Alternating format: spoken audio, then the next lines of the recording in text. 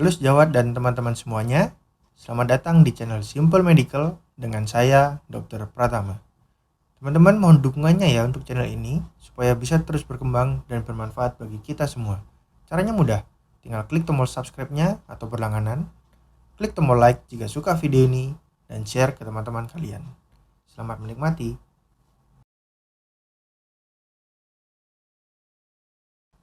Jadi, hari ini kita akan membahas mengenai kontraksi otot rangka. Atau kalau dalam aplikasi klinisnya, bagaimana sih caranya manusia itu bisa berjalan, menggerakkan tangan, makan, ataupun berolahraga. Nah, sebagai pendahuluan, otot manusia terbagi menjadi 3 jenis otot. Yang pertama adalah otot jantung, yang kedua adalah otot polos, dan yang terakhir dan akan kita bahas pada hari ini adalah otot rangka. Oke, kalian sudah pada tahu nggak sih bahwa semua kegiatan manusia yang disadari atau sesuai perintah, pergerakannya dibantu oleh otot rangka. Sekarang kita akan membahas mengenai otot rangka. Jadi penamaan otot rangka itu dikarenakan karena otot-otot tersebut letaknya melekat pada tulang atau rangka. Otot rangka ini dihubungkan ke tulang oleh tendon. Ini adalah gambaran dari otot rangka. Setiap otot rangka terdiri dari banyak serabut otot. Satu serabut otot terdiri dari banyak miofibril, sedangkan miofibril sendiri disusun oleh banyak sarkomer. Pada gambar ini, sarkomer ditunjukkan oleh gambar yang diapit oleh 2 garis putus-putus. Jika sarkomer diperbesar, maka akan tampak seperti gambar di kirinya. Sebuah sarkomer disusun oleh filamen aktin dan miosin. Nah, selanjutnya kita akan membahas lebih detail mengenai aktin dan miosin. Aktin, atau yang disebut sebagai filamen tipis, akan dijelaskan melalui gambar-gambar berikut ini. Ini adalah gambar filamen aktin. Filamen aktin disusun oleh banyak molekul aktin.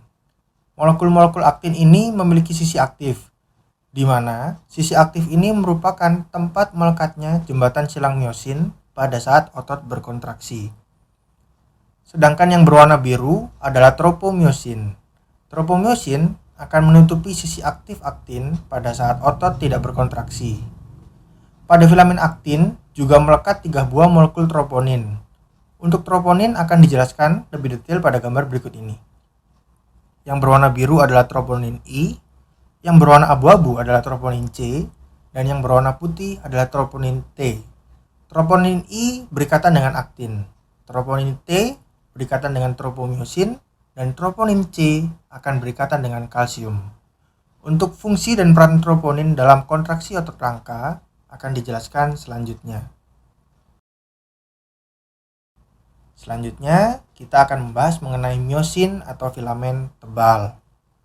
Gambar di bawah ini, yang tebal adalah gambar filamen miosin, sedangkan yang di atas adalah gambar filamen aktin. Titik-titik hitam pada filamen aktin ini menggambarkan sisi aktif aktin, sedangkan yang terdapat di dalam kotak abu adalah jembatan silang miosin. Pada saat otot akan berkontraksi, jembatan miosin akan berikatan dengan sisi aktif aktin dan menyebabkan pergerakan atau pemendekan otot ke arah tengah, seperti yang ditunjukkan oleh lingkaran dan anak panah merah. Sekarang kita akan masuk ke topik utama, yaitu bagaimana otot rangka berkontraksi. Pada gambar berikut ini akan dijelaskan langkah-langkah terjadinya kontraksi otot rangka.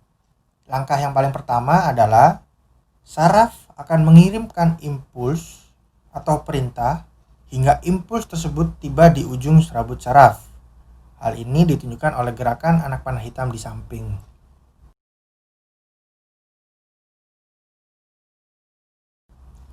Proses kedua, setelah impuls saraf tiba di ujung serabut saraf, impuls-impuls ini akan memicu pelepasan asetilkolin ke celah neuromuskuler. Hal ini akan digambarkan oleh lingkaran dan anak panah merah.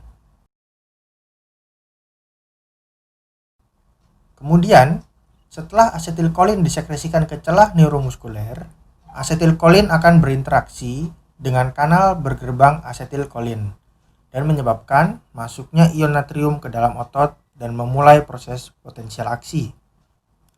Gambar berikut ini adalah gambaran kanal bergerbang asetilkolin di membran serabut otot rangka. Seperti yang tampak di gambar ini, asetilkolin akan menempel pada reseptor, kemudian membuat gerbang kanal tersebut terbuka dan memungkinkan masuknya ion natrium ke dalam serabut otot. Langkah keempat, potensial aksi akan dijalankan di sepanjang membran serabut otot. Potensial aksi ini juga akan dihantarkan ke dalam sel dengan bantuan T-tubul atau tubulus T.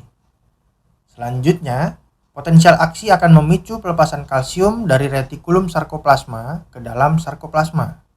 Kemudian, kalsium ini akan berikatan dengan troponin pada filamen aktin dan menyebabkan tropomyosin bergeser sehingga sisi aktif aktin akan terbuka.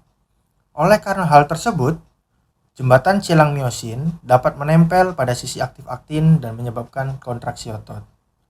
Pada akhirnya, setelah proses kontraksi otot selesai, kalsium akan dipompa kembali ke retikulum sarkoplasma dan sisi aktif aktin kembali tertutupi. Nah, sekian untuk video kita hari ini. Semoga bermanfaat ya teman-teman. Terima kasih sudah menonton.